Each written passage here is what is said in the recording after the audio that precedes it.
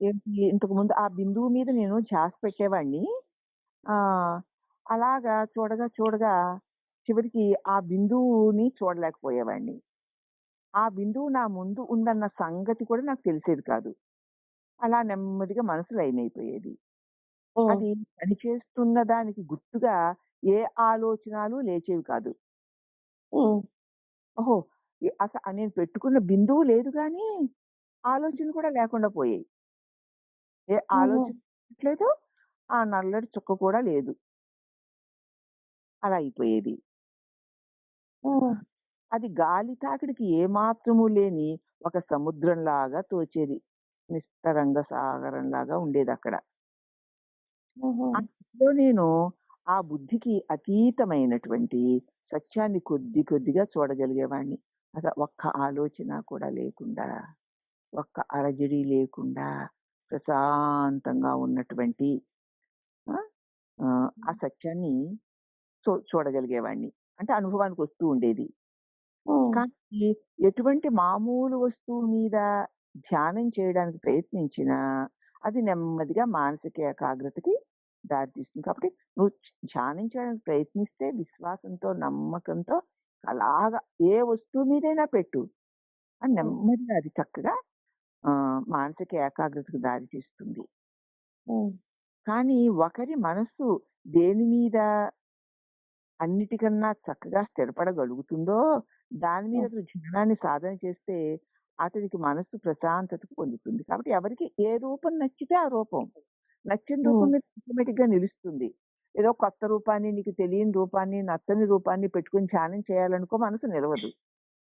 నచ్చిన నామాన్ని, నచ్చిన రూపాన్ని గనుక మనం ధ్యానానికి హ్మ్. వాడుకుంటే, మనసు ప్రశాంతత పొందుతుంది.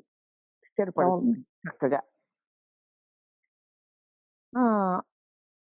అతడు చేస్తే అతడు తనకి ఇష్టమైనటువంటి ఏ వస్తువు మీదైనా సరే ప్రయత్నం చేస్తే మానసిక ఏకాగ్రత వస్తుంది. కానీ ఒకరి మనసు దేని మీద అన్నిటికంటే చక్కగా స్థిరపడగలుగుతుందో, దాని మీద అతడు ధ్యానాన్ని సాధన చేస్తే అతడి మనసు ప్రశాంతతను పొందుతూ ఉంటుంది. ఈ హ్మ్. కారణం చేతనే మనం ఈ దేశంలో అంటే భారతదేశంలో దేవీ దేవతల బొమ్మల్ని అంతగా ఆరాధిస్తాం. హ్మ్. ఒక అమ్మవారో, ఆ రాముడో, కృష్ణుడో అందుకే ఎవరికి ఏ రూపం ఇష్టమైతే ఆ రూపం మీద మనసు చక్కగా ఏకాగ్రం కాగలుగుతుంది గనక, ఆ దేవతా రూపాల మీద మన దేశంలో వాళ్ళందరూ కూడా ఆరాధన చేస్తాం.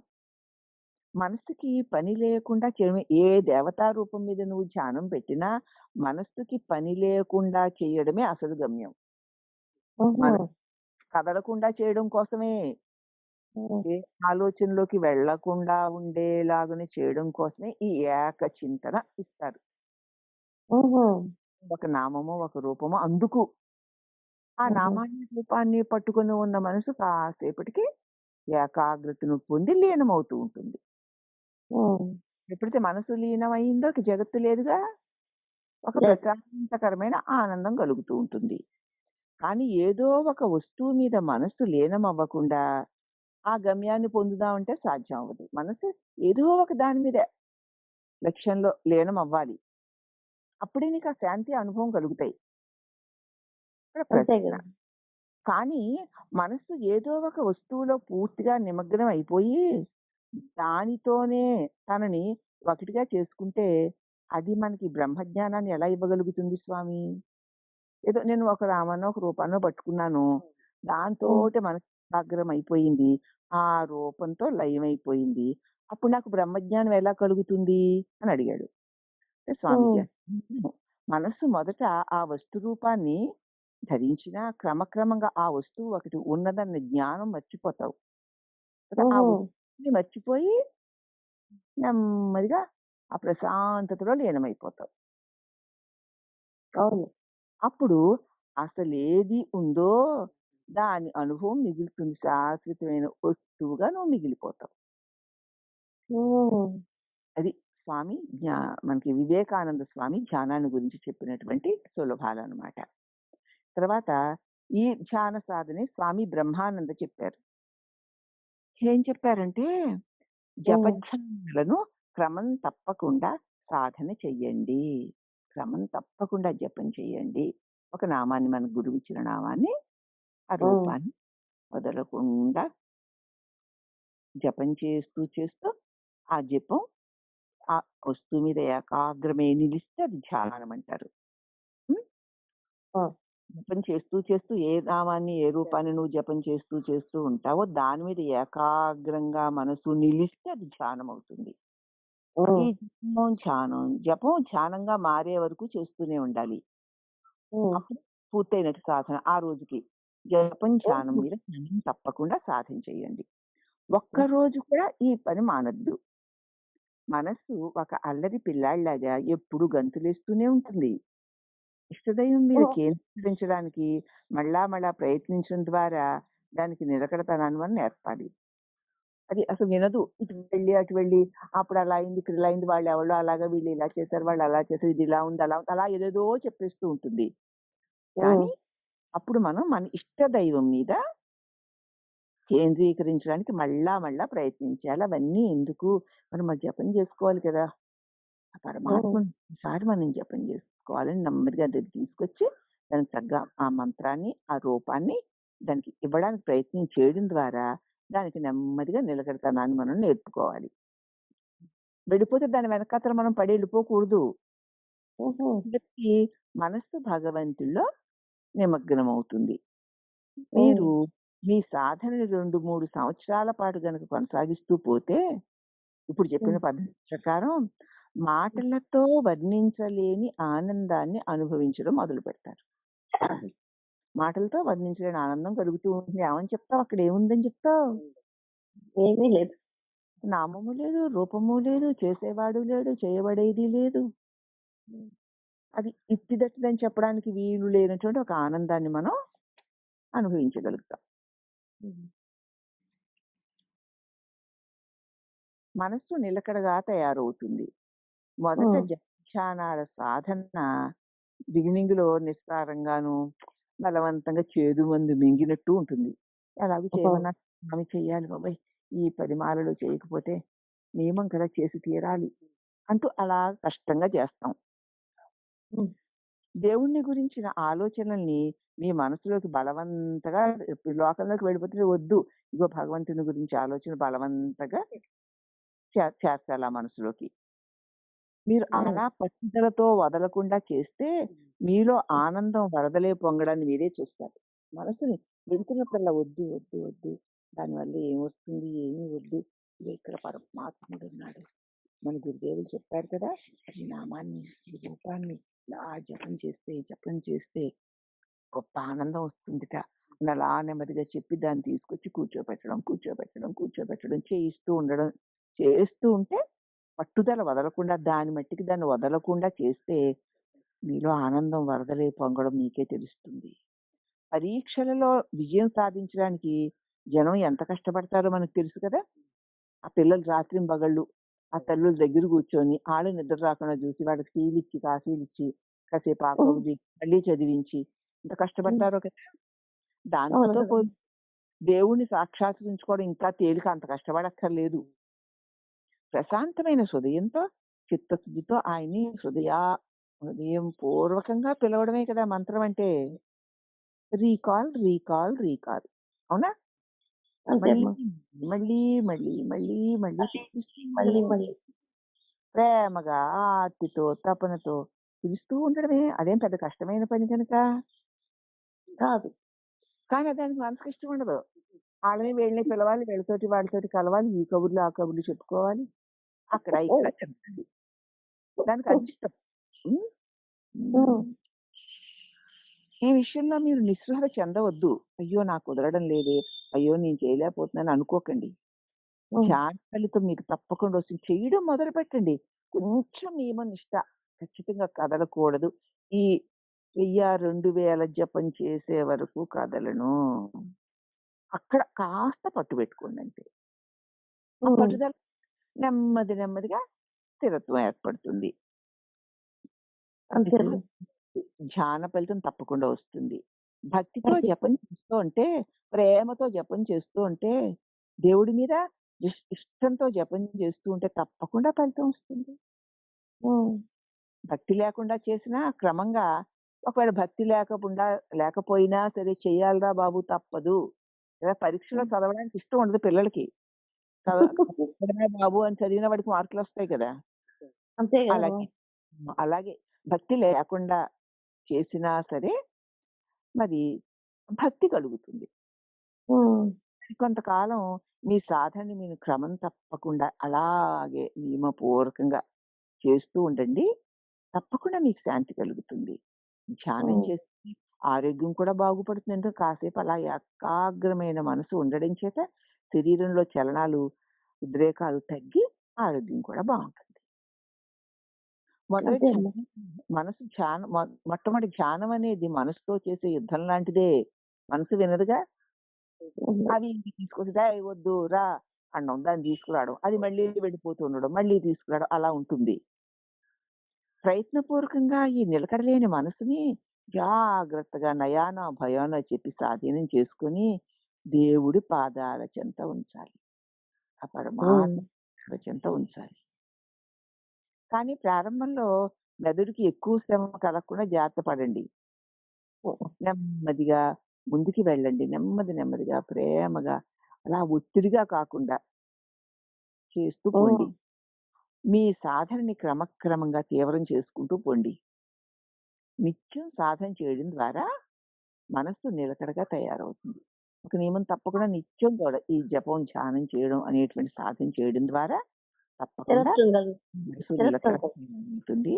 ధ్యానం సులభమవుతుంది. అలా హ్మ్. అలవాటు పడిపోయాక తేలిక. ఒక పని చేయడం ఒకసారి రాదు, రెండుసార్లు ఒకసారి రాదు కదా! అని దాన్ని వదిలేసి ఇంక రాదు. రెండోసారి ఏదో బలవంతంగా చేసినా పాడైంది కాబట్టి ఇంక అసలే చేయడం మానేయకూడదు. హ్మ్. చెయ్యగా అది వస్తుంది. ఆ! ఇవాళ కాకపోతే రేపొస్తుంది. ఇంకోసారి చేస్తా. ఇంకోసారి చేస్తా. 4 సార్లు చేస్తే ఎందుకు రాదు? అంతే అని అమ్మ. ముఖ్యమైన పనుల్ని రానట్టు వదిలేసి ఎవడి మీద ఆధారపడకుండా చేస్తాను. అదే వస్తుంది. ఇంకోసారి చేస్తా. పోతే పోయిందిలే మళ్ళీ చేస్తా అని చేస్తే చక్కగా మనం చేసుకోగలుగుతాం. అవునమ్మా. అప్పుడు మీరు సుదీర్ఘంగా గంటల తరబడి చక్కగా ధ్యానం చేయడానికి కూర్చున్నా శ్రమ లేకుండా ఇష్టంగా ప్రీతిగా ఉండగలుగుతారు. హ్మ్. గాఢ నిద్ర తర్వాత మనిషి ఏ విధంగా శరీరంలోను, మనసులోను కొత్త ఉత్తేజాన్ని పొందుతాడో, అదే విధంగా ధ్యానం చేసిన తర్వాత మీరు కొత్త ఉత్తేజాన్ని పొందుతారు. హుహు. నిద్ర లేచిన వెంటనే శరీరం, మనసు ఎంత ఫ్రెష్‌గా, శక్తివంతంగా స్థిరం ఉంటాయి. అలాగే ధ్యానం చేసి ఈ ధ్యానంలో మనసు బాగా లీనమై ఆనందకరంగా మారితే, ఆ ధ్యానం నుంచి బయటకొచ్చిన కొత్త ఉత్తేజంతో హ్మ్. ఫ్రెష్‌గా ఉంటారు. ఉండగలుగుతాడు.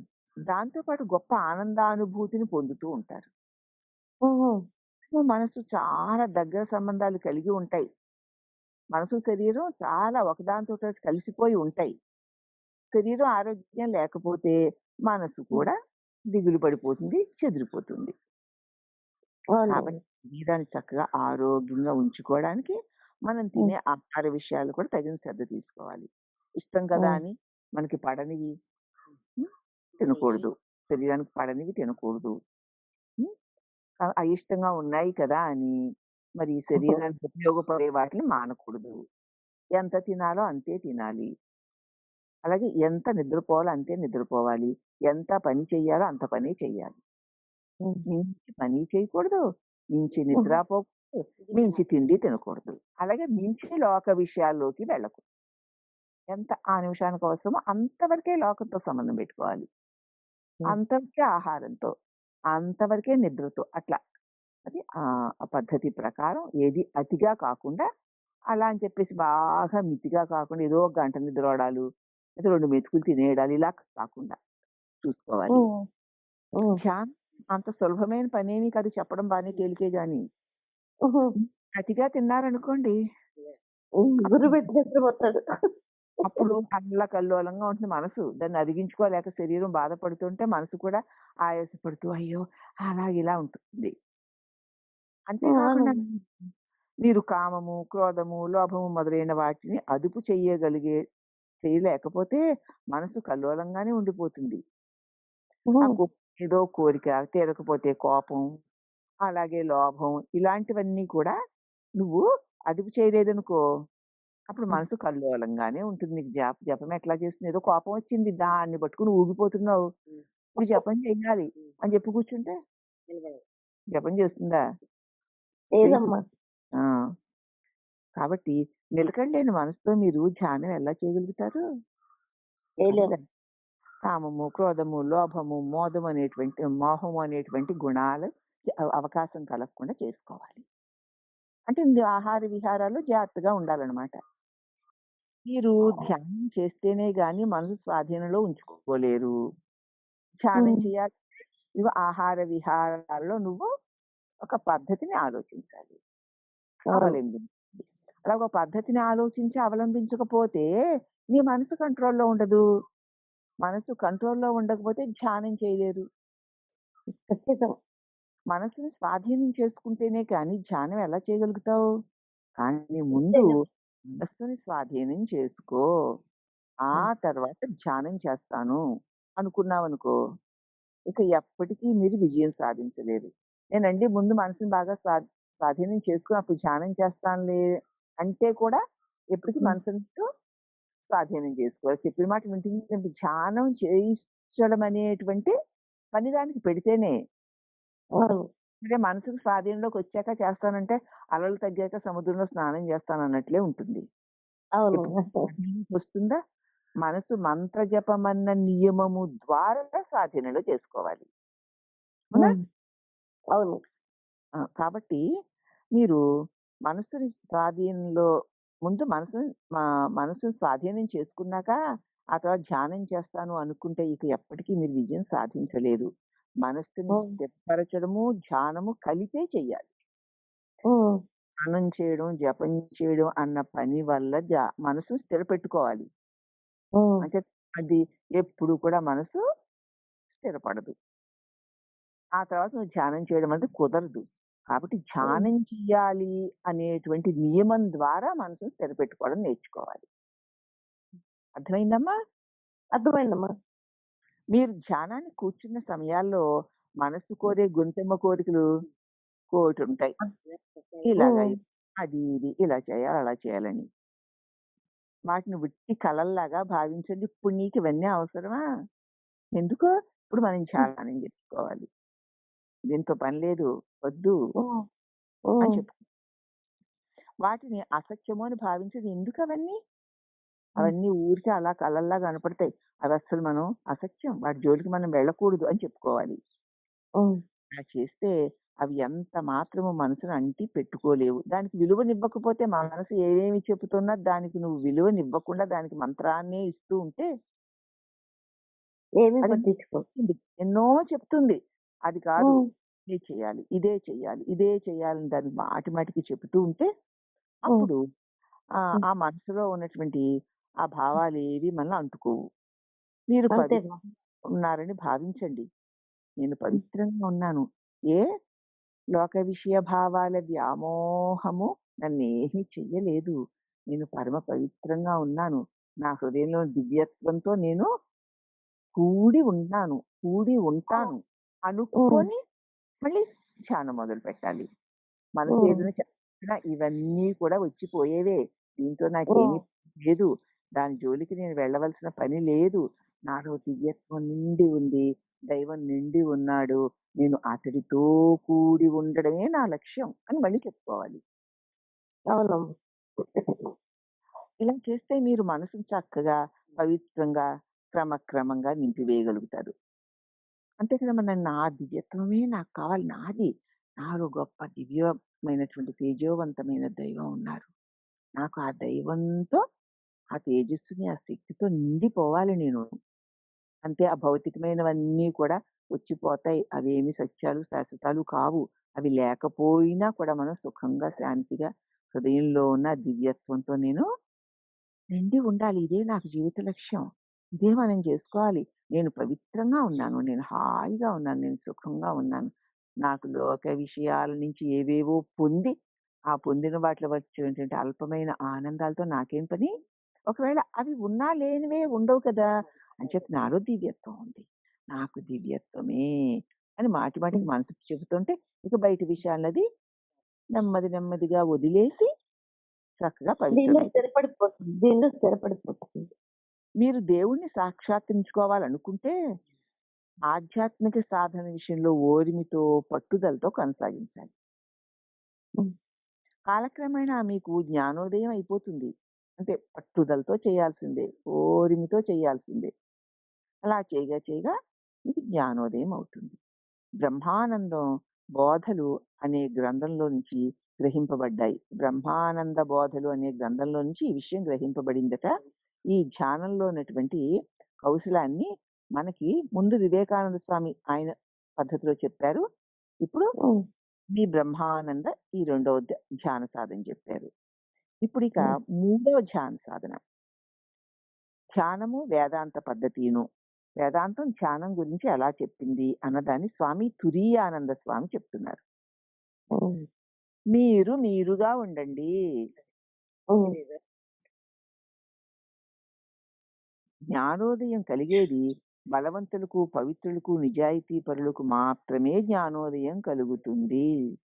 నువ్వు నువ్వుగా ఉండకుండా నువ్వు నువ్వు కాని శరీరం నేననుకుని, నీది కాని విషయాలు నీవనుకుని, నీకక్కర్లేని విషయాల్లో దొర్లుతూ ఉంటే నీకెప్పుడు జ్ఞానోదయం కలగదు. నువ్వు నువ్వుగా ఉండు. అలా ఉన్నవాడికే జ్ఞానోదయం కలుగుతుంది. హ్మ్. బలవంతుడు నాలో ఉన్నటువంటి దివ్య శక్తితో నేను కూడి ఉంటే నేను బలవంతుడును, పవిత్రుడును, నిజాయితీపరుడును అయి ఉంటాను. హ్మ్. అట్టి వారికి మాత్రమే జ్ఞానోదయం అవుతుంది. అంతే తప్ప అన్ కాసేపు ఇలా, కాసేపు ఇలా కలబుల్లి కబుర్లు, లోక విషయాలు, వాళ్ళు, వీళ్ళు ఇలాగ, అలాగ అంటూ లోక విషయాల్లో దొర్లుతూ ఉన్న వాళ్ళకి ఎప్పటికీ జ్ఞానోదయం కాదు. అవును. అందుచేత మీరు మీరుగా ఉండడం అంటే నేను ఆత్మస్వరూపుడను. నేను చైతన్య స్వరూపుడను. నేను శక్తి స్వరూపుడను. నేను శాశ్వతమైన దివ్య ప్రకాశాన్ని. నేను ఈ హ్మ్. నామరూపాలు ఏవి కాను. నేను వీటికి ప్రకాశింపచేసే శక్తి స్వరూపాన్ని అని బాగా గుర్తుపెట్టుకోవాలి. ఆ గుర్తు హ్మ్. మర్చిపోవడమే ఇవన్నీ హ్మ్. పట్టుకుని తిరుగుతున్నాం మనం. అవునమ్మా. హ్మ్. ఇటువంటి భావనే మీకు అన్నిటికంటే గొప్ప శక్తిని, ధైర్యాన్ని ఇస్తుంది. హ్మ్. ధైర్యవంతులై మాయాబంధాన్ని తెంచండి. మీకు హ్మ్. ధైర్యం రావాలంటే మీ స్వరూపాన్ని నీవు ఫలానా స్వరూపానివని గురువు చెప్పారు గాబట్టి, ఆ స్వరూపాన్ని మళ్ళీ, మళ్ళీ, మళ్ళీ మననం చేసుకుంటూ ఉంటే, అప్పుడు నువ్వు బలవంతుడవు, శక్తివంతుడవు, పవిత్రుడవు, నిజాయితీపరుడే అవుతావు. అదే అన్నిటికంటే గొప్ప శక్తిని, ధైర్యాన్ని ఇస్తుంది. హ్మ్. ధైర్యవంతులై మాయాబంధాన్ని తెంచి పాడేస్తారప్పుడే. ఇక హ్మ్. మాయ ఎక్కడుంటుంది? నేను హ్మ్. చిద్రూపుడిని. నేను పరమాత్మ స్వరూపుడిని. నేను దివ్య తేజస్సుని. నేను ప్రకాశాన్ని. ఈ సన్నిధానంలోనే ఈ దేహేంద్రియ మనోబుద్ధులు, ఈ జగత్తంతా కూడా చైతన్యవంతమే కదులుతున్నాయి. నేను అవును. లేకపోతే ఏ విలువ లేదు. నేనే వాటికన్నిటికి విలువని. నేనే శక్తివంతుడిని అని గనుక నువ్వు మాటి మాటికి, మాటి మాటికి మననం చేస్తూ ఉంటే ఈ మాయాబంధాలన్నీ అవన్నీ నిజాలనుకుని వాటిలో తిరుగుతుంటే అవి బిగుసుకుపోతున్నాయి మనకి.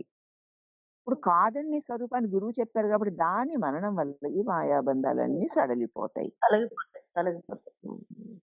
ఒక సింహంలాగా ఉండండి. హ్మ్. నన్నెవరేం చేయగలరు? నేను దేహాన్నయితే ఎవరైనా ఏమైనా చేయగలరేమో! అవునా? నేను మనస్సునైతే కొన్ని మాటల వల్లో, కొన్ని చేతల వల్లో బాధించగలరేమో! కానీ నేను దివ్య చైతన్యాన్ని కదా! భగవానుడు కూడా మరి రెండో అధ్యాయంలో అంతా అదే కదా చెప్పాడు.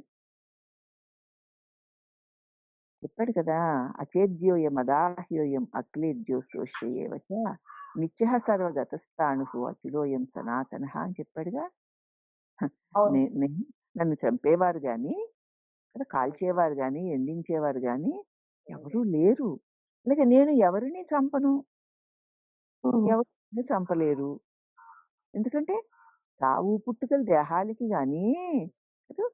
వాటికి ఆప్ ప్రకాశమైన చైతన్యవంతుడైనటువంటి ఆ తెలివి స్వరూపమైన నాకు చావు పుట్టుకలేమున్నాయి? లేదు. చావు పుట్టుకలు లేని ఎవరు నన్ను చంపగలరు, బాధించగలరు, బంధించగలరు?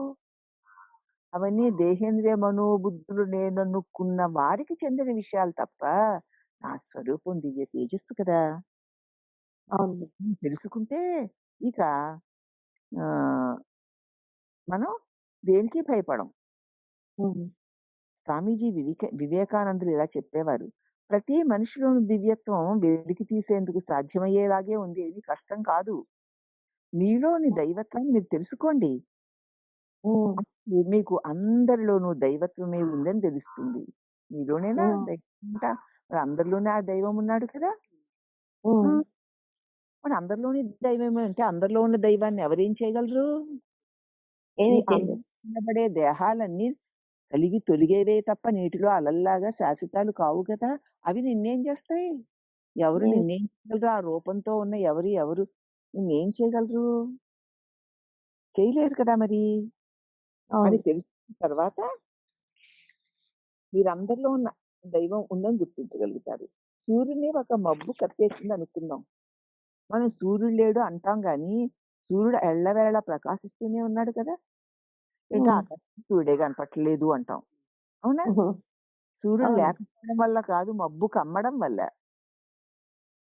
అవును. ఈ విధంగా మనని అజ్ఞానపు మబ్బులు కమ్మేసి, సూర్యుని యొక్క తేజస్సుని మబ్బులు మరి బయటికి రానివ్వకుండా చేస్తున్నాయి కదా! అవును. అలాగే నీ లోపల నేను దేహాన్ని, నేను జీవుడిని, ఫలానా వాడిని, ఇలాంటివాడిని, డబ్బు గలవాడిని, తెలివి గలవాడిని, ఆస్తి గలవాడిని ఆ! హ్మ్. అనేటువంటి భావాలనే మబ్బులు కమ్మేస్తూ హ్మ్. ఉండడం చేత మనం బలహీనులం అయిపోతాం. అవును. బలహీనుడేమో అని నమ్మించేస్తాయి. హ్మ్. కానీ ఆత్మ అనే సూర్యుడు ఎల్లవేళలా ప్రకాశిస్తూనే ఉన్నాడు. అవునా? అవునమ్మా. నన్ను ఈ నేను జీవుడిని, నేను దేహాన్ని అనుకునే భావాలకు కూడా ఆధారంగా పరమాత్ముడే ఉన్నాడు. అవును. మబ్బులు కమ్మినప్పుడు కూడా సూర్యుడు ప్రకాశిస్తున్నాడు. హ్మ్. ప్రకాశిస్తున్నాడు గాబట్టే మబ్బులు తెలియబడ్డాయి. సూర్యుడే అవును. ప్రకాశించకపోతే మబ్బులెట్లా తెలియబడతాయి? అంతే కదండీ. అలాగే నువ్వు ఆత్మ చైతన్య స్వరూపుడివై ఉన్నావు. ఉన్నావు గాబట్టే దేహేంద్రియ మనోబుద్ధులన్నీ కూడా చైతన్యవంతాలవుతున్నాయి. అవును. ఇది నీకు స్వయం శక్తి కాదు. ఆ పరమాత్మ యొక్క దివ్య శక్తే అవును. పనిచేస్తోంది అని తెలుసుకుంటావు. హ్మ్. ఎప్పుడైతే అజ్ఞానపు మేఘాల్ని ఇలాగా ఇవి అన్నీ కలిగి తొలిగేవి నేననుకోవడమే అజ్ఞానపు మబ్బు. అంచేత హుహు. ఈ కలిగి తొలగని నీ స్వరూపాన్ని ఈ హ్మ్. కలిగి తొలిగేది నేననుకునే అజ్ఞానపు మబ్బు కప్పేయడం చేత నీ స్వరూపం నీకు మరుగైనట్లుంది. అవును. ఈ అజ్ఞానపు మేఘాలను తొలగిస్తే ఆనందం శాశ్వతంగా ప్రకాశంగా మిగిలిపోతామమ్మా. అంతటా తానే ఆత్మ మీ హ్మ్. హృదయంలో ప్రకాశిస్తోంది. హ్మ్. దాన్ని తెలుసుకుంటేనే మీరు మనుష్యులు. హ్మ్. లేకపోతే నువ్వు ఆ జంతువుకి ఏమి తేడా ఉంది? ఆ జంతువుకి ఏం తెలుసు ఆకలేస్తే తినడం. కడుపు నిండేదాకా ఇక మెడ నేల మీద ఉంచి మేస్తూనే ఉంటాయి. ఇక కడుపు నిండినా నిండకపోయినా ఇక గడ్డి అక్కడ ఎదురుగుండా లేతే కళ్ళు మూసుకు పడుకుంటాయి. అంతే మనం గూడా అంతేగా. ఇష్టం వచ్చినవన్నీ తింటూ ఉండడాలు, ఇష్టం వచ్చిన మాటలన్నీ మాట్లాడుతూ ఉండాలి, ఇష్టం వచ్చినట్టు తిరుగుతూ ఉండడాలు. ఆ తర్వాత పెరగడానికి, తినడానికి చీకటి పడ్డాక అవకాశం ఉండదు కాబట్టి పడి ఉండడాలు. మరి అలా ఉంటే మనిషికి, పశువుకి తేడా అలా అన్నానంటే తిట్టానంటారు ఉన్న కదా మరి. వాస్తవం చెప్తున్నారమ్మా. అందుచేత మనకి పశువుకి తేడా ఉండదు. అవును. అందువల్ల మనం సత్యాన్ని, సత్యానికి తలుపులు తెరిచేదే ధ్యానం. సత్యానికి తలుపులు తెరుస్తుంది ధ్యానం. హ్మ్. ధ్యానం ఏకవస్తు చింతన. ఆ హ్మ్. ఏకవస్తు అంటే ఒక పరమాత్ముడి నామమో, రూపమో మనసు విషయాల మీదకి వెళ్ళకుండా ఆ నామ రూపాలని చక్కగా భావన చేసుకుంటూ, ధ్యానం చేస్తూ ఉంటే నీకు నీ లోపల ఉన్న పరమ సత్యానికి ఇంతవరకు మూసేసుకున్న తలుపులు తెరవబడతాయి. హ్మ్. ధ్యానం చెయ్యండి, ధ్యానం చెయ్యండి, ధ్యానం చెయ్యండి. మీ మనస్సులోకి వెలుగులు విరజిమ్మండి. అబ్బా! ఆత్మ తనను తాను తెలియజెప్పుకునేంత వరకు ధ్యానం చేయండి. హ్మ్. మనసులోకి వెలుగులు విరజిమ్మనివ్వండి. కదా! హ్మ్. అదే మనసు నిండా దివ్య తేజస్సే. కదా! నేను తేజస్సులో ఉన్నాను. తేజస్సు నాలో ఉంది. నేనే తేజస్సుని. నేను హ్మ్. ప్రకాశంలో ఉన్నాను. ప్రకాశం నాలోనూ ఉంది. కాదు నేనే ప్రకాశిస్తున్నాను. నేను హ్మ్. ప్రకాశించడం చేత ఈ దేహమనే కదా! ఉపాధిలో దేహం ప్రకాశం ఉంది. ఉపాధి వెలుపల నా దివ్య ప్రకాశమే ప్రకాశిస్తోంది. వెలుపల ప్రకాశము హ్మ్. నేనే. లోపలి ప్రకాశము నేనే. నేను హ్మ్. తేజస్సై ఉన్నాను. దివ్య ప్రకాశమై ఉన్నాను అని మీ మనసులో తేజస్సుని విరజిమ్మనివ్వండి. మీ మనసులో లోకాన్ని, దేహాన్ని, మోహాలని కదా! ఆశల్ని, హ్మ్. పాశాల్ని, రాగాల్ని, ద్వేషాలనా మీ మనసు ద్వారా మీరు జిమ్ముతారు. వద్దు. దానివల్ల కాదు. అశాంతి, హ్మ్. అశాంతి, అశాంతి. హ్మ్. అలాగే దానివల్ల విషయాల మీద వ్యామోహం, దానివల్ల బంధం, దానివల్ల మళ్ళీ మృత్యు, తర్వాత జన్మ. జన్ కాబట్టి మీ మనసు నిండా తేజస్సు విరజిమ్మాలి. ప్రకాశం విరజిమ్మాలి. మీ మనస్సులో నుంచి తేజస్సుని విరజిమ్మనివ్వండి. ఆత్మ హ్మ్. తనని తాను తెలియచెప్పుకునేంత వరకు ఏ తేజోమయుడను నేను అన్న హ్మ్. జ్ఞానాన్ని వదలకండి. హ్మ్. మాటలతో కాదు, చదువులతో కాదు, ధ్యానంతో మాత్రమే సత్యం తెలియబడుతుంది. మాటలతోనూ, పుస్తకాలు చదవడంతోనూ కాదు, వినడంతోనూ అవును. కాదు, విన్నట్లుగా నువ్వు ధ్యానం చేస్తే హ్మ్. అప్పుడు సత్యం అనుభవానికొస్తుంది. అవును. అవునా? అవునమ్మా. ఈ శరీరం అనే భావాన్ని దాటిపోయి ఆత్మస్వరూపులమని తెలుసుకోవాలి. ఈ హ్మ్. శరీరం నేను కాదు. దీనిలో చైతన్యమై, శక్తి, ప్రకాశవంతమై తేజరిల్లిపోతున్న దివ్య తేజస్సుని నేను. హ్మ్. మాటి మాటికి మననం చేస్తూ ఉంటే అది సత్యం గాబట్టి, ఈ శరీరం నువ్వు కాక ఆ తేజోస్వరూపుడు నువ్వుగా మిగులుతావు. నేను ఈ అవును. శరీరాన్ని కాను పరమ ప్రకాశమైన ఆత్మని. ఈ శరీరం హ్మ్. ఒక భ్రమ మాత్రమే అని హ్మ్. చెప్పగలిగే ఉన్నత స్థితికి చేరకుండా ఈ శరీరం మీద మనకున్న మమకారాలు అడ్డుపడిపోతూనే ఉంటాయి. హ్మ్. అలా మాటి మాటికి, మాటి మాటికి నువ్వు అలా చెప్పుకోగలిగే ఉన్నత స్థితికి చేరకపోతే, ఈ శరీరం మీద మనకున్న మమకారం అలా చేద్దాం అనుకుంటే ఈ మమకారం అడ్డుపడిపోతూ ఉంటుంది. నేను, నేను, నాది, నాదంటూ. హ్మ్. అయినా సరే ఇవి అన్నిటికీ నా దివ్య ప్రకాశమే. నేను ప్రకాశాన్ని హ్మ్. అన్నదాన్ని మనం ఈ శరీరం మీద ఉన్న మమకారం అడ్డుపడకుండా చేసుకోవాలి. ఈ శరీరాన్ని ప్రేమిస్తూ ఉన్నంత కాలం నువ్వు హ్మ్. ఆత్మని తెలుసుకోలేవు. మళ్ళీ, హ్మ్. మళ్ళీ, మళ్ళీ, మళ్ళీ పుట్టాలి. ఇందాక చెప్పాను కదా! పుట్టక అంతేగా. తప్ప ఆ! కానీ హ్మ్. మనం ఆత్మని ప్రేమించగలిగినప్పుడు కదా! ఆత్మ అంటే తెలివి, హ్మ్. ప్రకాశం. జ్ఞానం. దానికి ధ్యాస పెట్టి అది శాశ్వతం. అదే నేను. ఆ శాశ్వత సద్వస్తువు నేను అనేటువంటి ప్రేమతో దాన్ని మననం చేస్తూ ఉండగలిగినప్పుడు, ఈ శరీరాన్ని పట్టించుకోవడం నీకు తెలీకుండానే మానేస్తావు. ఏం అవును. పట్టించు ఈ శరీరం మీద ఉన్న మమకారం పూర్తిగా తొలగిపోయినప్పుడు త్వరలోనే ముక్తి కలుగుతుంది. హ్మ్. ఏం కోసం ప్రత్యేకించి ఏం చేస్తాం? ఏం చేస్తే మాత్రం దీన్ని నిలుపుకోగలం? నిలుపుకుంటే మాత్రం దీనివల్ల వచ్చే ప్రయోజనం ఇంకా లోక వ్యామోహాలు పెరగడం తప్ప ఏమిటి అవునండి. వచ్చిందిలే, వెళ్ళిందిలే దీని విలువ గురు బోధ ద్వారా శాస్త్రం వల్ల అర్థమయ్యింది. ఇక హ్మ్. దీనిని పట్టుకొని వేళ్లాడవలసిన పని లేదు. ఎందుకంటే దీన్ని ప్రకాశింప చేస్తున్న వాడిని నేను. హ్మ్. నేను తేజస్సునై ఉన్నాను. హ్మ్. తేజస్సులో ఉన్నాను. తేజస్సు నాలో ఉంది. నేనే తేజస్సునై ఉన్నాను. నేను అవును. ప్రకాశాన్ని, తెలివిని, నేను అన్ని శరీరాలలో వెలుగుతున్న ఏకైక సత్యాన్ని అని నిరంతర మననమే ధ్యానంగా మారిపోతే, నీ స్వరూపం మీద నీకు అంతులేని ప్రేమ కలిగిపోతుంటే, ఈ శరీరం మీద ఉన్న ప్రేమ తొలగిపోతుంటే, ఇక నువ్వు శరీరాన్ని పట్టించుకోవడం మానేస్తావు. హ్మ్. ఈ శరీరం మీద ఉన్న మమకారం కూడా పూర్తిగా తొలగిపోతే అప్పుడు నీకు మోక్షం. అబ్బా! దేవుడి నామాన్ని మళ్ళీ, మళ్ళీ, మళ్ళీ, మళ్ళీ స్మరిస్తే దాన్ని జపమంటారు. హ్మ్. జపం కంటే ధ్యానం ఉత్తమమైంది. హ్మ్. మళ్ళీ, మళ్ళీ జపించడం దేవుడి నామాన్ని జపం అంటాం కదా! దానికి అవునమ్మా. అలా జపం వదిలేయమని కాదు. నువ్వు జపం చేస్తూ, చేస్తూ ఉంటేనే ధ్యానం వస్తుంది. అవును. ఇదే కాదు ఇక్కడితో ఆగడం కాదు. హ్మ్. ధ్యానంకి ఎదగాలి. హ్మ్. జపం కన్నా ధ్యానం ఉత్తమైంది. గురుదేవులు అంటే శ్రీ రామకృష్ణులు పూజా పునస్కారాల కన్నా జపం మెరుగైందని, జపం హ్మ్. కన్నా ధ్యానం మెరుగైందని, ధ్యానంలో పరిపూర్ణత సాధించిన వాడే ముక్తిని పొందుతాడని చెప్పారు. పూజా పునస్కారాలు ముందు మంచివే. చేసుకో ఆ హ్మ్. పూజల కోసం, పునస్కారాల కోసం, పువ్వుల కోసం, నవ్వుల కోసం, వీట్ల కోసం, ప్రసాదాల కోసం కాదు. చెయ్యి. అవును. మంచిదే కానీ దానికంటే జపం గొప్పది. ఆ జపం కంటే ఆ ధ్యానం. జపం మీద ఏకాగ్రమైన చింతన, ధ్యానం. అది.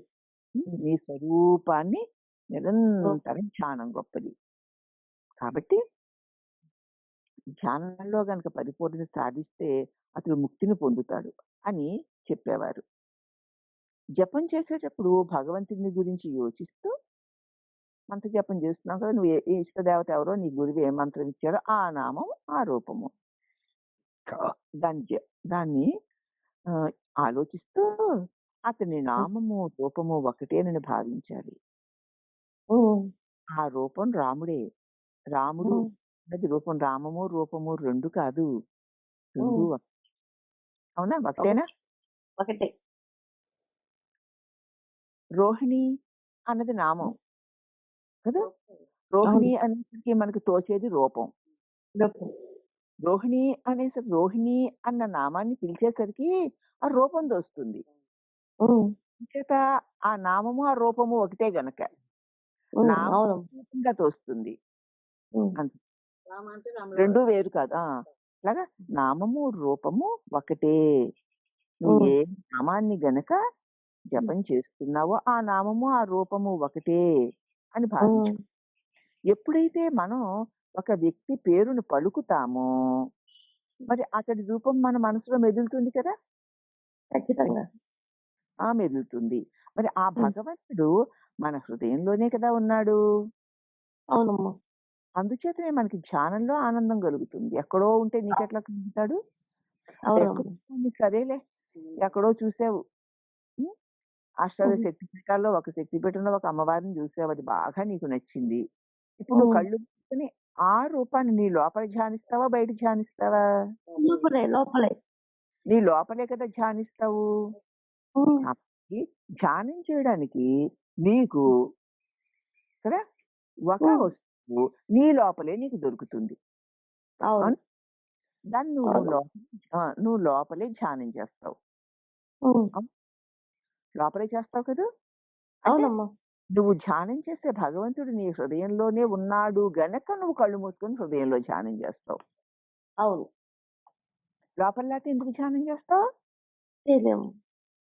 అందుచేతనే మనకి ధ్యానంలో ఆనందానుభూతి నీ లోపలి నుంచే నీకు కలుగుతూ ఉంటుంది.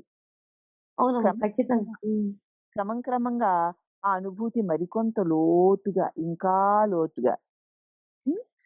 హ్మ్. అలా చేస్తూ లోపలే చేస్తూ పోగా అది లోపల ఇక అదే పాతుకుపోయినప్పుడు ఆ ధ్యాన స్థితే పాతుకుపోతున్నప్పుడు నీకు జ్ఞానోదయం అవుతుంది. హ్మ్. అది హ్మ్. ఎలాగ నెమ్మదిగా కలుగుతుంది. ఒక్క రోజునే వచ్చేయాలంటే రాదు. అవును. ధ్యానంలో ఆనందాన్ని పొందడం అంత చిన్న విషయం కాదు. చేయగా పట్టు వదలకుండా చేయగా నీ లోపల వెలుగుతున్న ఆ తేజో స్వరూపాన్ని, హ్మ్. ఆ దివ్య నిర్మలమైన ఒక్క తలంపు లేని ఆ నిస్తరంగమైనటువంటి ఆ దివ్య తేజస్సుని చేయగా అలా చేస్తూ మనసక్కడ స్థిరపడిపోగా ఆ తేజస్సుగా మారిపోతుందది. అలా హ్మ్. మారిపోయినప్పుడు ఇక నేను, నీవు అనే రెండో వస్తువు లేని ప్రశాంతమైన ఆ ఆనందమే అనుభవంగా వస్తుంది. అదేం ఒక్క రోజులో వచ్చేయదు. ఓ 4 రోజులో, 3 రోజులు ఇప్పుడు చెప్పినప్పుడు మంచి పట్టుగా ఉంటుంది. 2, 3 రోజులు చేసేస్తాం. మూడో రోజున గోవిందా. అలా కాదు. వదలకుండా ఇది జీవిత ధ్యేయం, లక్ష్యం, గమ్యం అదే. దాని తర్వాత అది ఇంకొక మాకి జీవిత పరమావధి దాన్నే బెట్టుకోవాలమ్మా ఇంకా అంతే. అందుచేత దాని తర్వాతే మిగతావి ఏదైనా. అవును. అవును. ఇదయిపోయాక ఇక్కడ చేస్తాను అనకూడదు. అవునమ్మా! పని అయిపోయాక వెళ్ళండి. అప్పుడు జపం చేసుకుంటాను. అప్పుడు ధ్యానం కాదు. ముందు ధ్యానాలు పూర్తయ్యాకనే మిగతా పని. అవునమ్మా. అంత ప్రాముఖ్యతనివ్వాలి. అలా గనుక నియమం తప్పకుండా చెయ్యగా ఒక్కరోజే వస్తామని అనుకోకండి. వదలకుండా చేస్తూ పోతే ఆనందం పొందడం అంత తేలిక అనుకోకండి. చిన్న విషయం అనుకోకండి. వదలకుండా చెయ్యాలి. దైవాన్ని స్మరించడం ఎప్పుడూ మానవద్దు. హ్మ్. మీకు ఆనందం కలిగినా కలగకపోయినా సరే. వాడందరికీ ఆనందాలవి నాకేమి కలగట్టే నేనెందుకు చేయాలని వదలొద్దు. హ్మ్. ధ్యానం ప్రతిరోజు జపాన్ని, ధ్యానాన్ని, దైవ స్మరణని ప్రతిరోజు క్రమం తప్పకుండా చెయ్యండి. హ్మ్. మీకు గనక పట్టుదలతో ఏదైనా వస్తే వచ్చింది లేపోతే లేదు. నేను చేయడం మానను అని గనుక చేస్తే ఆనందానుభూతిని తప్పకుండా పొందుతారు. ఖచ్చితంగా. వ్యాస మహర్షి ఇలా బోధించారు. పైత్య వికారం కలిగిన వాడికి పంచదార రుచించదు. రుచి చేదుగా ఉంటుంది. హ్మ్.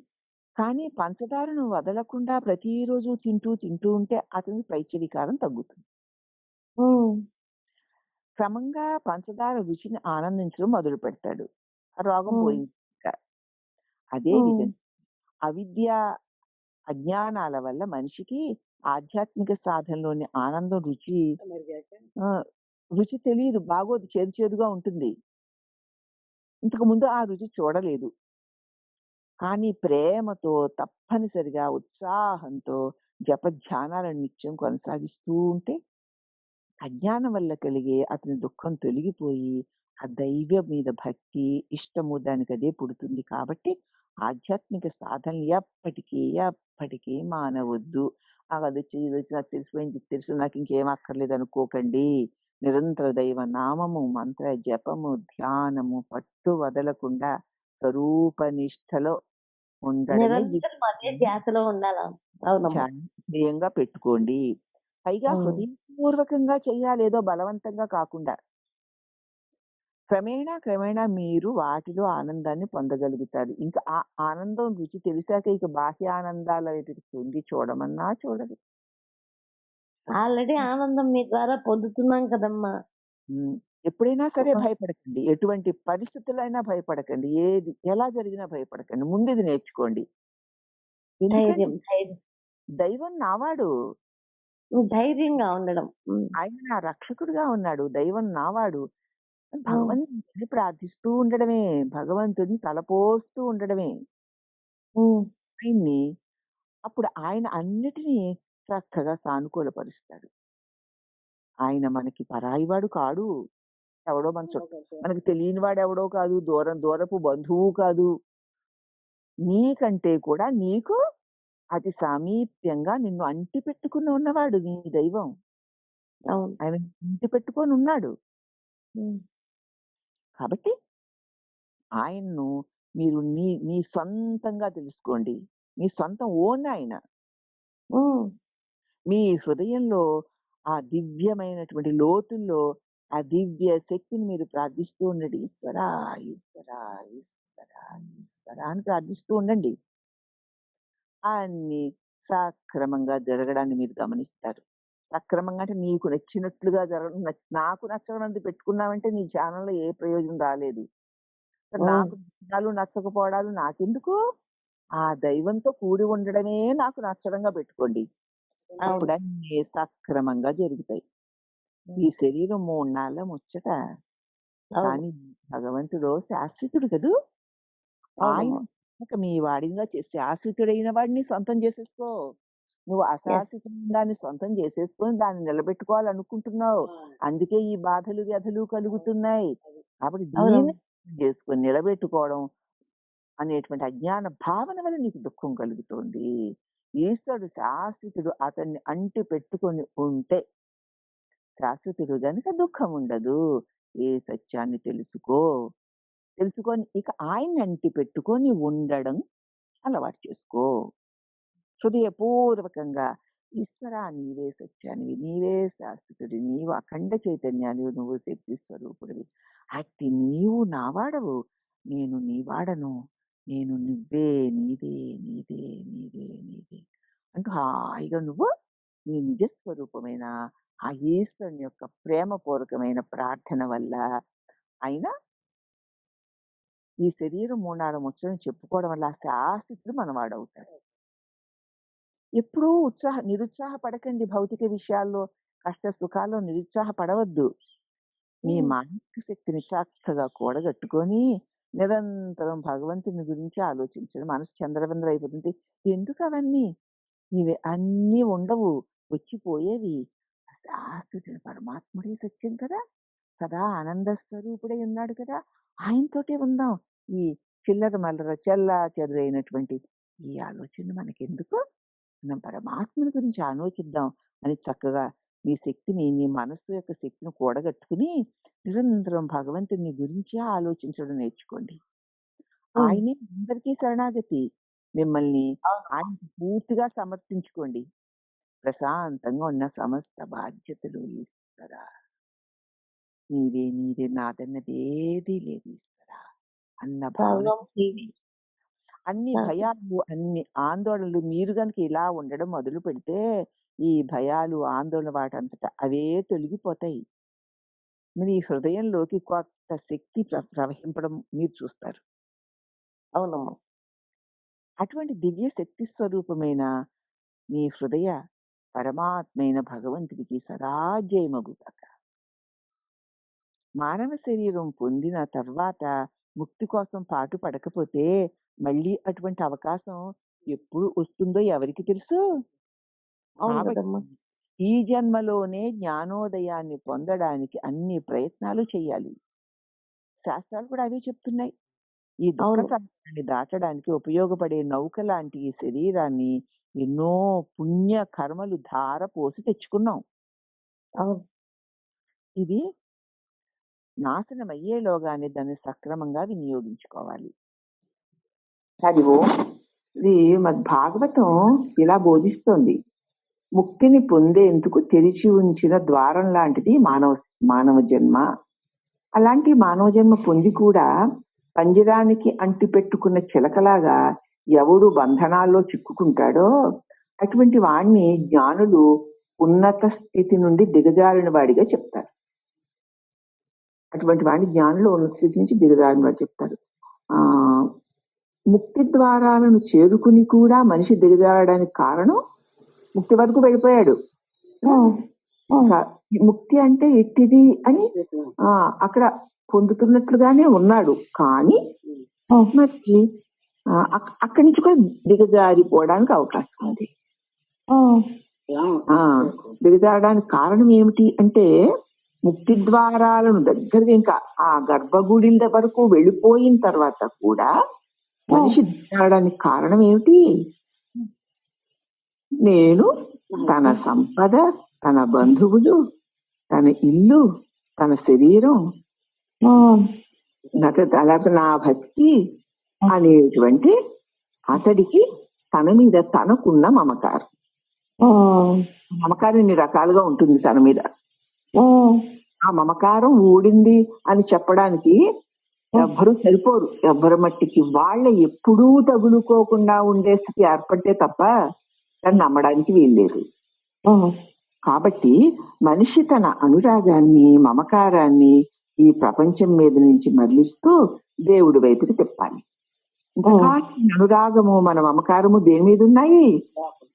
నేను అన్న తలంపు కలిగేసరికి తాను జీవుడైపోయి, తాను దేహం అయిపోయి, ఇంద్రియాల ద్వారా ఈ ప్రపంచంలోకి వచ్చేసి నాది అంటూ కొన్ని ఏర్పరచుకొని కొన్ని కాదు అనుకుని ఇలాగ వాటి మీద తాను పెట్టుకున్న మమకారం. నా వాళ్ళు అని అంటావు. నీ వాళ్ళు ఎలా అయ్యారు? దేన్ని బట్టి? నీ శరీరాన్ని బట్టి. బంధు మిత్రులు గాని శత్రువులు గాని శరీరాన్ని బట్టే కదా ఉంటారు. అవునమ్మా. నువ్వు శరీరం నేనని గట్టిగా పట్టుకున్నావు కాబట్టి అన్ని నీవిగా నీకు అనిపిస్తూ ఉంటాయి. నువ్వు శరీరం నేనని పట్టుకోకపోతే నేను నాది అన్నది అక్కడ ఉండదు. అంచేత మమకారాన్ని మనం తన అనురాగాన్ని, తన మమకారాన్ని ప్రపంచం మీద నుంచి మరలించి దేవుడి వైపుకి తిప్పుకోవాలి. ఆ విధంగా దేవుడి మీద ఉన్న ప్రేమానురాగాలు మనిషిని ముక్తుణ్ణి చేసి తీరుతాయి. దేవుడి మీద తప్ప ఇక దేని మీద ప్రేమ అనురాగం నీకు లాగకూడదు నిన్ను. అంతకంటే ఇక వేరే ఏ మార్గము లేదు. అంటే స్వామి ఏం అద్భుతం అసలు. ఎక్కడ మీరెవరు నేనెవరు ఎక్కడున్నానో ఒక్క పాటతో దాని అర్థంతో నేను మీకు ఎడిక్ట్ అయిపోయాను. ఎంత అద్భుతమైన అనుభవం స్వామి. ఆల్రెడీ నా గురు చిన్న అమ్మ ఈ మార్గంలోకి ఎలా వచ్చారన్నారు ఆయన. చిన్నతనం నుంచి ఉందండి స్వామి నాకు. చిన్నతనం నుంచి కూడా నాకు మరి దేవుడు అంటే నాకు ఇంకంత ఇష్టం. 7-8 ఏళ్లలో భగవాన్ వచ్చారు నా లోపలికి. కానీ నాకేంటంటే ఎక్కువగా ఆ వయసులో కూడా వీళ్ళందరూ వెళ్ళిపోతే బాగుండును, నేను దేవుడితో ఉండొచ్చు, వీళ్ళందరూ వెళ్ళిపోతే బాగుండును, నేను దేవుడితో ఉండొచ్చు అనుకునేదాన్ని స్వామి. నాకు తెలియదు దేవుడు అంటే కూడా ప్రత్యేకించి తెలియదు, కానీ నేను దేవుడితో ఉండొచ్చు, వీళ్ళందరూ వెళ్ళిపోతే బాగుండు అనుకునేదాన్ని స్వామి. నాకు అలా అనుకుంటున్నాను కూడా నాకు తెలియదు. ఇప్పుడు పెద్దవాళ్ళు దేవుడితో ఎలా ఉంటావు, దేవుడితో ఉండడం అంటే ఏంటని అడిగేవారు. ఏమో నాకు తెలియదు, నేను దేవుడితో మాట్లాడుకుంటా అనేదాన్ని స్వామి. అలా నాకు జీవితంలోకి భగవాన్ వచ్చారు. ఎక్కువగా ఆయనతో నాకు మానసిక రిలేషన్ పెరుగుతూ వచ్చింది స్వామి. తర్వాత నాకు పెళ్ళప్పుడు కూడా నేను నా జీవితాన్ని రమణులకే అంకితం చేసుకున్నాను. అవన్నీ నాకు తెలిసి జరగలేదు స్వామి. అనుకోకుండా సర్వేశ్వరానంద స్వామి వచ్చారు నా జీవితంలోకి.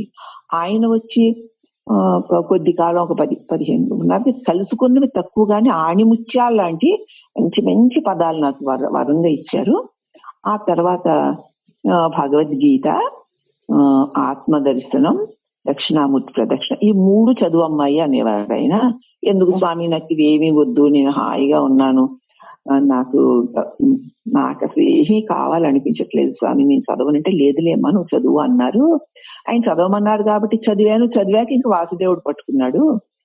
అలా దాంతో అలా ఉంటాను స్వామి. నేను 8వ క్లాస్ 9వ క్లాస్ కంటే చదువుకోలేదు. ఈ అప్పని పిల్లలో ఈ పల్లెటూరులో నా మానసిక భావాల్ని పంచుకునే వాళ్ళు ఎవ్వరూ లేని చోట నన్ను ఇక్కడ పెట్టాడు ఆయన. కానీ ప్రతి క్షణం ఆ భగవంతుడితో ఆయనే ఉంచుకున్నాడు స్వామి. ఇలా జరిగింది నా జీవితంలో. మా స్వామి మాత్రం, అమ్మాయి నువ్వు విహంగ మార్గంలో వచ్చావు, నీకు ఇవి చాలు, దీంతో నువ్వు ఉండు, నీ వల్ల ఏది జరిగితే జరుగుతుంది అని చెప్పారు స్వామి. నాకు 3-4 ఆణిముత్యాలు అంటే ముక్కలు ఆయన చెప్పారు నాకు. అది నేను మననం చేసుకుంటూ ఇప్పటి వరకు గడుపుకుంటూ వస్తున్నానండి. చాలా వరకు నేను చిదాకాశ స్వరూపాన్ని అనుభూతి పొందుతూ ఉంటాను. అయితే దానిలో నాకు స్వామి చెప్పిన ముక్కలు ఏమిటి అంటే, నేను మనసుతో అనుకోకు, అదొక ముక్క. కానీ ఇంకొకటేమో రాని పోని, లోపల గాని వెలుపల గాని, అదొకటి స్వామి. అలాగే నిద్రా సుఖాన్ని మెలకువలో గుర్తు తెచ్చుకొని ఎక్కువ కాలం ఉండు అని అదొక ముక్క స్వామి. ఇలా మంచి చిన్న ఈ పాయింట్ చెప్పండి. మెలకువలో నిద్రానుభవాన్ని గుర్తు తెచ్చుకొని ఉండడం. ఇలా కొన్ని ఈ రత్నాలు లాంటివి. తర్వాత ఏమో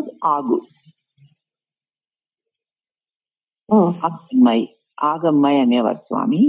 ఇలా ఆయన మాటలు చెప్పి వెళ్ళిపోయారే గాని తర్వాత దానిని నేను మననం చేసుకుండడం వల్ల అనుభూతి కలిగింది స్వామి.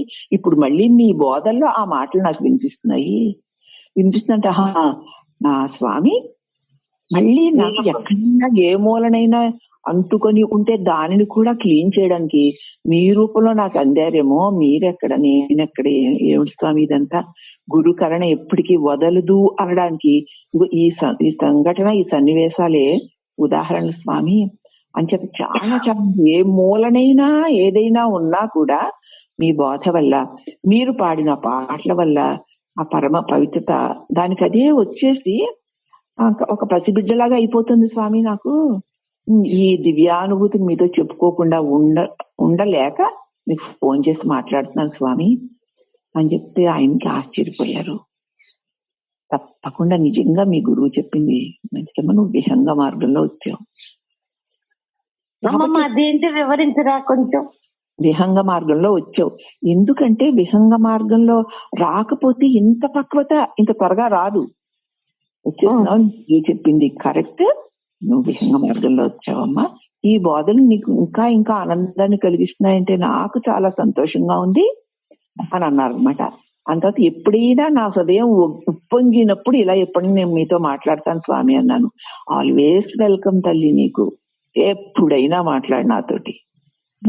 చాలా సంతోషంగా ఉందమ్మా, చాలా సంతోషంగా ఉందమ్మా అన్నారు. అసలు విహంగ మార్గము అంటే మనం ఏదైనా ఒక ఊరు వెళ్ళాలంటే నడిచి వెళ్ళొచ్చు, లేకపోతే రెండెడ్ల బండి మీద వెళ్ళొచ్చు, లేకపోతే గుర్రపు బండి మీద వెళ్ళొచ్చు, లేకపోతే బస్సులో వెళ్ళొచ్చు, లేకపోతే ట్రైన్ లో వెళ్ళొచ్చు, విమానంలో కూడా వెళ్ళొచ్చు. అవును, విహంగ మార్గం అంటే విమాన మార్గం అమ్మ తెలుసు, కానీ ఆకాశ మార్గం. అవును ఆకాశ మార్గం. అవునమ్మా, విహంగం అంటే పక్షులు ఎగిరే మార్గం, ఆకాశ మార్గము. కాకపోతే మీకు అలా వచ్చారని నాకు అర్థం కాలేదు, అదేమ్మా నేను వివరణ అడిగానమ్మా మిమ్మల్ని. ఆకాశ మార్గం అంటే మామూలువన్నీ తెలుసులే. అందుచేత విహంగ మార్గము అంటే ఆకాశ మార్గం అంటే ఏమిటనమాట, యథాకాశంగా భూతత్వాన్ని వదిలేసి భూతత్వం పట్టుకోవట్లేదు ఎక్కువ, జలతత్వము అంటుకోవట్లేదు, అగ్నితత్వము అంటుకోవట్లేదు, వాయుతత్వము అంటుకోవట్లేదు. అలాగా ఆకాశమల్లే ఎన్ని నీలో ఉన్నా, ఆకాశంలో ఎన్ని ఉన్నా ఆకాశాన్ని అంటనట్లు, వెరీ గుడ్. ఎన్ని ఉన్నా అది అంటకుండా ఉండగలగడం, సహజం పూర్తయిపోతూ ఉండడం వల్ల ఆ మార్గంలో అంటే ఆకాశాన్ని కూడా దాటాలి. ఆకాశ మార్గం వచ్చావమ్మా, అందుచేత అతి త్వరగా ఈ పక్వత నీకు కలుగుతుందంటే మీ స్వామి చెప్పింది కరెక్ట్ అమ్మా.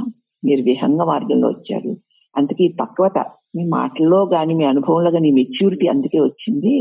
కాబట్టి చాలా సంతోషం. మళ్ళీ లేదు స్వామి, నా స్వామి నిర్యాణం అయిపోయి అప్పుడే 20 ఏళ్ళు అయిపోతుంది, ఆయనతో ఎక్కువ నేను కలిసి ఉండడానికి కూడా కుదరలేదు, కానీ ఎక్కడైనా ఏ మూలనన్నా ఉంటే అది కూడా క్లీన్ చేసేయడానికి మీ రూపంలో నాకు ఆయనే వచ్చారు స్వామి అని చెప్పినప్పుడు ఆయన సరే సరే లేదమ్మా, నీ సంస్కారం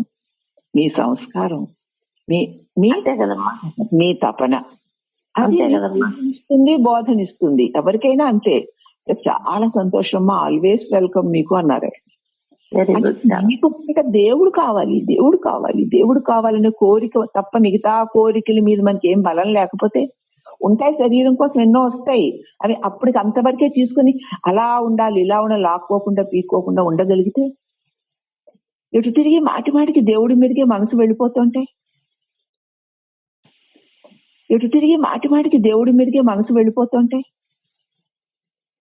కాబట్టి ఈ విధంగా మనం ఈ శరీరం మీద, ఈ బంధుమిత్రుల మీద, దేహం మీద, ఆస్తుల మీద, ఐశ్వర్యాల మీద మనకున్న మమకారం మనల్ని బంధిస్తుంది. ఈ మమకారాన్ని ఈ ప్రపంచం మీద నుంచి మరలించుకుని దేవుడి మీదకి తిప్పుకోగలిగితే ఈ విధంగా దేవుడి మీద ఉన్న ప్రేమానురాగాలు మనిషిని తప్పకుండా ముక్తం చేస్తాయి. ఆయనతో క్షణం ఖాళీ దొరికితే ఈశ్వరుడితో కలిసి ఉండాలి, ఆయనతో మాట్లాడాలి, ఆయనతో ఉండాలి, ఏకాంతంగా ఉండాలి, జనాల మధ్య ఉండకూడదు, ఆయనతో కలిసి ఉండాలని కాపణ. ఇప్పుడు ఈ మొక్క వచ్చింది కాబట్టి ఈ కథ అంతా వచ్చింది, అదే కోరిక, ఆయనతో కలిసి ఉండాలి, వీళ్ళంతా ఆయనతో కలిసి. లోకంలోకి వెళ్ళాలని, జనాల్లోకి వెళ్ళాలని, ఏదో గొప్పలు చాటుకోవాలని అలాగే అసలు లేవు. నాకు ఇది కావాలని, అది కావాలని, ఏదైనా వచ్చిందా సంతోషించడం. రావాలని దేన్ని అనుకోవట్లేదు కాబట్టి రాలేదని బెంగ ఉండేది కాదు. అది అసలు పాయింట్, అసలు పాయింట్. వాళ్ళకున్నాయి వీళ్ళకున్నాయి అనేది కళ్ళలో కూడా లేదురా తల్లి. వీడికి ఉన్నాయి వాళ్ళకి ఉన్నాయా ఉంటే సంతోషమే అంతే. నాకు లేవన్న బాధ ఎప్పుడూ లేదండి. ఒక్కళ్ళలా నమ్మండి నమ్మకపోండి నాకు తెలీదు, ఒక్కళ్ళలాగా నేను ఉండాలి అనేటువంటి ఆలోచన ఎవరికైనా వస్తుందేమో అన్నది కూడా నాకు నేను ఆలోచించలేను. ఒక్కళ్ళలాగా నేను ఉండడం ఏమిటి, ఆ మాట కొట్టిపారేస్తారమ్మా మీరు. అలాగా నన్ను ఈశ్వరుడు నాలాగా నేను ఉండాలంటే రియల్ గా ఉండాలి, నాలాగా నేను ఉండాలంటే ఉన్నాను కూడాను. వాళ్ళకిలాగా వీళ్ళకిలాగా అవి నేను ఎందుకు తగ్గించుకోవాలి? మేకప్లే కదా వాళ్ళకిలాగా వీళ్ళలాగా ఉండడం అంటే. తగ్గించుకోవాలి. నాలాగా వాళ్ళు ఉంటారా? తిరిగి కూడా నాకు ప్రశ్న, నాలాగా వాళ్ళు ఉండమని చూద్దాం, ఉండగలరా? నాలాగా వాళ్ళు ఉండలేనప్పుడు వాళ్ళకిలాగా నేను ఎలా ఉంటాను? అసలు ఎందుకు ఉండాలి నేను? దేవుడికి నేను ఇలా ఉండడం ఇష్టం, నన్ను ఇలా ఉంచాడు, అయిపోయింది. ఏదైనా అడుగుతామండి, ఈ ఒక్క మొక్క అర్థమైంది. ఇలా ఉండడం ఈశ్వరుడికి ఇష్టం, అందుకే అలాగ పంపించాడు, అలా ఉంచాడు. మరి ఈశ్వరేచ్ఛకి తల వంచి ఉంచడం అంటే అదే. వాళ్ళకి కాదు వీళ్ళకిలాగా నేను ఉండడం ఏంటి? అలా అసలు మాట్లాడితే ఆయన గురించి మాట్లాడుకోవాలి, ఎవరైనా మాట్లాడేవాళ్ళు దొరికితే బాగుండు. దేవుడి గురించి మాట్లాడుకోవాలి, దేవుడితో ఉండాలి. బంధుమిత్రులలో ఉన్నప్పుడు కూడా ఏదో వాళ్ళలాగా ఉండడానికి ప్రయత్నించేటప్పుడు ఫెయిల్ అయిపోతుంది. అలా ఉండలేకపోయేదాన్ని నేను. ఉండలేక మళ్ళీ ఏదో దేవుడు టాపిక్ అది వాళ్ళు వినాపోయినా అలా చెప్పుకుంటా అలా అలా జీవితం అంతా ఈశ్వరుడు నడిపించుకున్నాడు. కాబట్టి ఇక్కడ ఈయన చెప్తున్నారు అన్నమాట. ఈ విధంగా కనుక దేవుడి మీద ప్రేమానురాగాల్ని మనిషి కలిగి ఉంటే అవే ముక్తి చేసి నీకు లోకం మీద ప్రేమానురాగాలు ఉన్నాయి కాబట్టి అవి దాని వైపుకి తీసుకెళ్ళి ఆకర్షిస్తున్నాయి. అదే దేవుడి మీద దేవుడు ఆకర్షిస్తాడు. కాబట్టి కావలసింది ఒక్కటి, భగవంతుడి మీద తనలేని ప్రేమ అన్నింటినీ సాధించి పెడుతుంది. మనకి ఎలా ప్రేమించాలో తెలియదు అని కాదు, ఎందుకంటే మనకు బాగా తెలుసు. ఎందుకంటే మన భార్యల్ని, మన భర్తల్ని, మన పిల్లల్ని, మన బంధువుల్ని, సేవకుల్ని, స్నేహితుల్ని, సంపదల్ని ఇలా ప్రేమించి అలా ప్రేమించిన ఎవరైనా నేర్పారా? ఎవరైనా నేర్చుకుని ప్రేమిస్తున్నావా? లేదు లేదు. అలా ప్రేమించడానికి ఇప్పటికే బాగా అలవాటు పడిపోయి ఉన్నాం. ఈ ప్రేమని మనం ఇప్పుడు భగవంతుడి మీదకి మరల్చుకోవాలి. చేతవు నీకు. ఎందుకంటే ఆయన తప్ప ఈ ప్రపంచంలో శాశ్వతమైందేది లేదు. భగవంతుడు తప్ప మన ప్రేమను పొందదగిన వస్తువు ఇంకోటి నీ నిజమైన ప్రేమని పొందడానికి తగినవాడు దేవుడు ఒక్కడే. మిగతా ఎవరికి కూడా నీ నిజమైన ప్రేమని పొందే అర్హతే లేదు. పొందదగ్గ వస్తువు భగవంతుడు తప్ప భగవంతుడు తప్ప మన ప్రేమని పొందదగ్గ వస్తువే ఉండకూడదు. అంతే. దేనికైనా నీ ప్రేమ వెళ్ళకూడదు. ఇక అంతే కదా, మీదకే వెళ్ళాలి. ఎందుకంటే మిగిలిందంతా మారిపోతుంది కదా, పాతబడిపోతుంది కదా, సారహీనమైపోతుంది కదా. ఏదైనా సరే కొత్త ఎంత బాగుంటుందో వడగా పాతబడిన తర్వాత సారహీనమైపోయి విరిగిపోయి ముక్కలైపోతుంది. వస్తువులే అంతే కదా, ఏదైనా ఏ శరీరమైనా అంతే కదా. కానీ భగవంతుని ప్రేమ ఎల్ల వేళల సర్వకాల సర్వావస్థలంతా పెరిగిపోతూ ఉంటుంది. అదే అనంతమైనది. భగవత్ ప్రేమ బహు సుందరమైనది, తీయనిది, ఎప్పుడు కొత్తదనాన్ని కలిగి ఉంటుంది. మిగిలిన వాటిలో దేన్ని అనుభవించినా దాంతో పాటు అలసట, విసుగు కలుగుతాయి. దేనైనా ఎంతసేపు ఒక మంచి సీన్ చూస్తున్నావు, ఎంతసేపు అని చూస్తూ ఉంటా, బోర్ కొడుతుందమ్మా. బోర్ కొడుతుంది, కళ్ళు అలసిపోతాయి, శరీరం అలసిపోతుంది, కాళ్ళు లాగుతాయి లేకపోతే. అవునమ్మా అవును. అలాగే ఒక మంచి పదార్థం చూసి ఎంతసేపు అని తింటావు, నువ్వు వింటావు, ఎంతసేపు అని వింటావు. ఏది నువ్వు అనుభవిస్తూ ఉన్నా కూడా కొత్తదనం కాస్త పాతదైపోతుంది. దేన్ని అనుభవించినా సరే దాంతో పాటు అలసట, విసుగు మిగులుతాయి లోకంలో. అవునా? చేస్తుంది. ఇప్పుడు చాలండి అంటాం, అలసిపోతాం. కానీ భగవంతుని ప్రేమకు అసలు అలసట లేదు, కష్టం లేదు, బాధ లేదు, భయం లేదు, తరిగిపోవడం అనేది ఉండదు. ఒక్కసారి భగవంతుని ప్రేమకు మనం రుచి చూసామంటే అంత గొప్పది ఆ ప్రేమ. ఇంకొక క్షణం కూడా నేను విడిచి ఉండట్లేదు కదా అది. అంతే కదా. ఇది నా హృదయానికి సంబంధించిన విషయం. ఎవరి హృదయం దేవునితో ఎక్కువ నివసిస్తుందో వాని హృదయంలో దేవుడు అంతగా తిరుగాడతాడంటారు ఈ స్వామి. నేను నా హృదయానికి సంబంధించిన విషయాన్ని మీకు చెప్తున్నాను.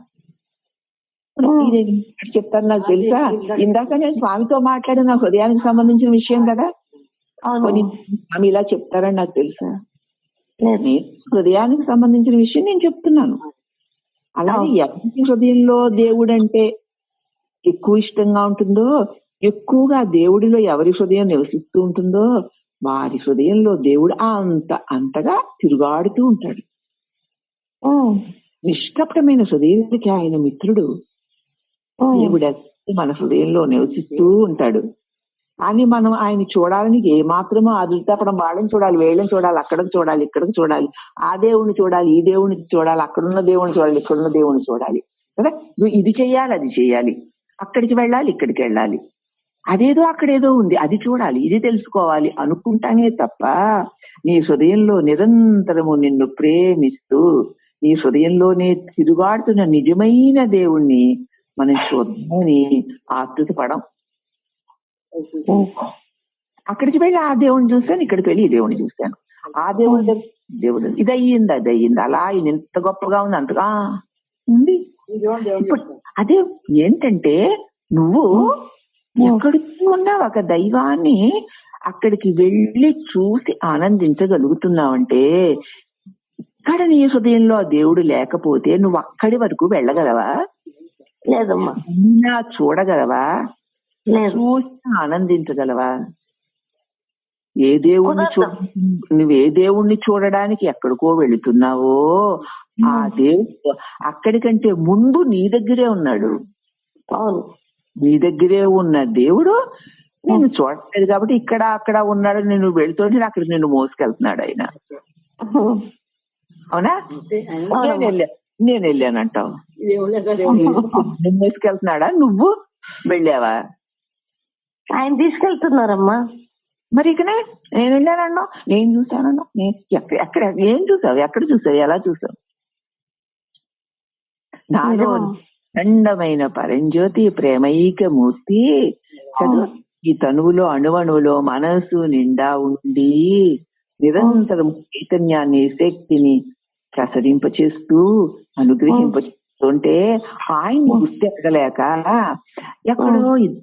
అక్కడేదో అది చూస్తే ఆనందం, ఇది తింటే ఆనందం, అది వింటే ఆనందం, అదేదో వస్తే ఆనందం అనుకుంటున్నావు. నీకు వేళ ఆనందం వస్తే దాన్ని అనుభవించడానికి మళ్ళీ లోపల నీలో ఉన్న దేవుడు ఉంటేనే. అవును.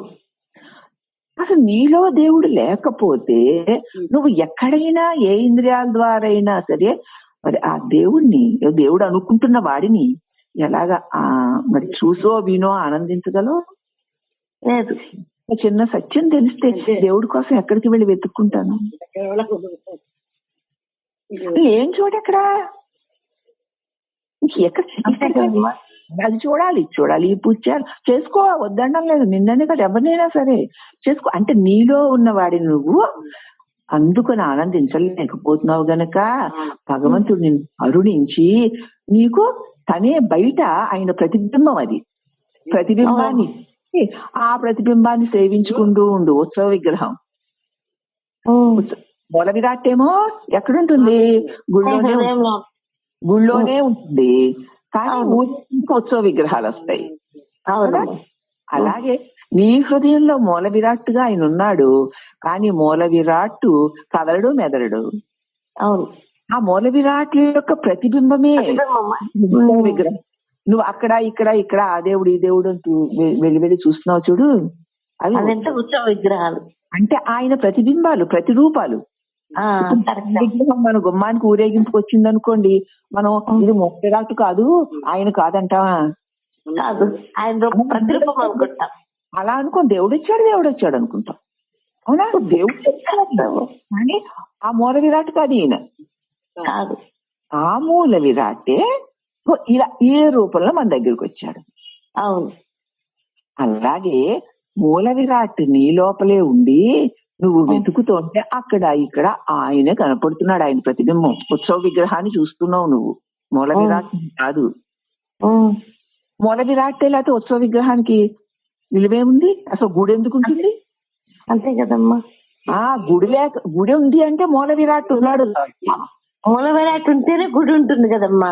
అందుచేత ఆ మూల విరాట్ విలువ నీకు తెలియడం లేదు, ఈ విలువనే నువ్వు చూస్తున్నావు.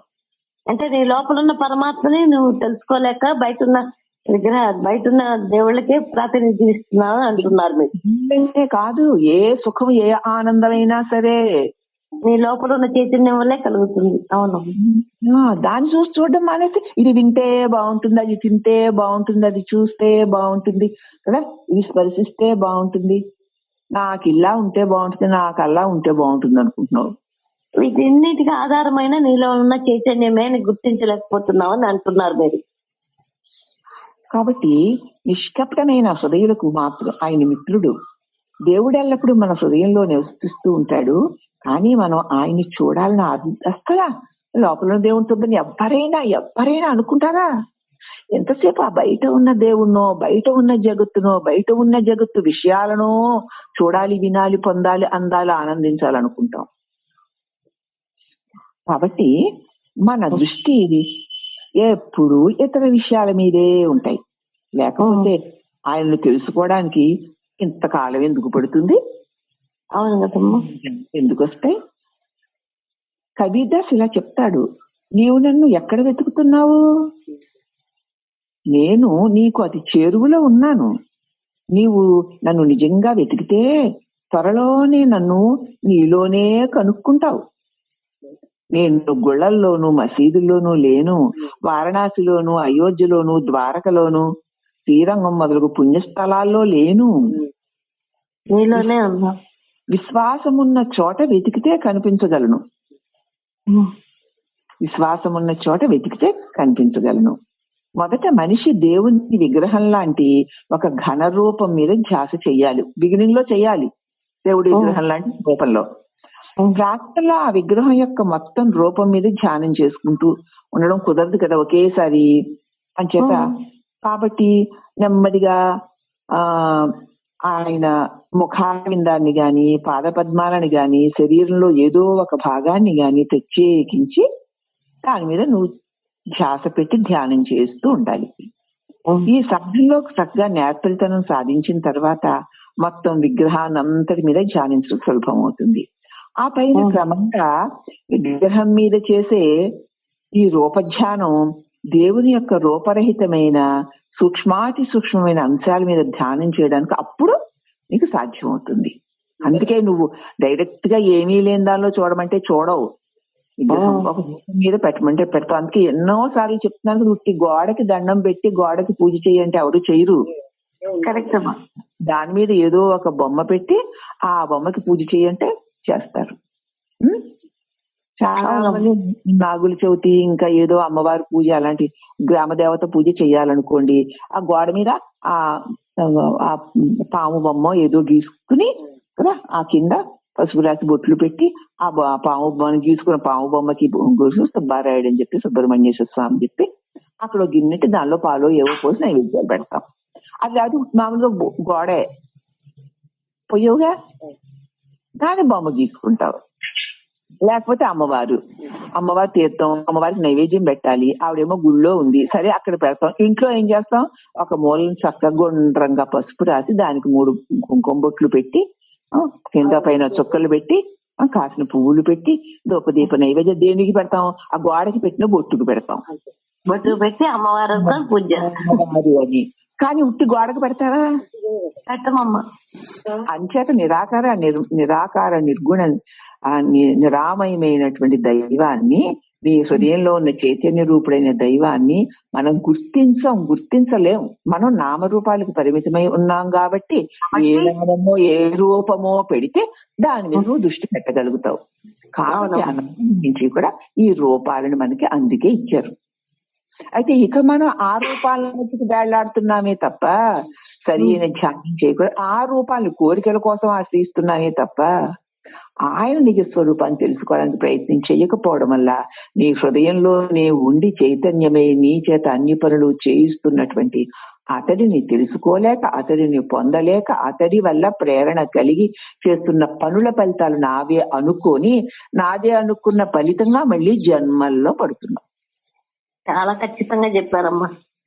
అది సంగతి అని స్వామి ధ్యానం చక్కగా ఇలా సూక్ష్మ ముందు ఈ ఆకారం మీద ధ్యానం చేసి నెమ్మదిగా దేవుని యొక్క రూపమైన సూక్ష్మమైన అంశాల మీద ధ్యానం చేయడానికి అదే మార్పుని నువ్వు శ్రద్ధగా చేస్తూ పోతే అన్నారు.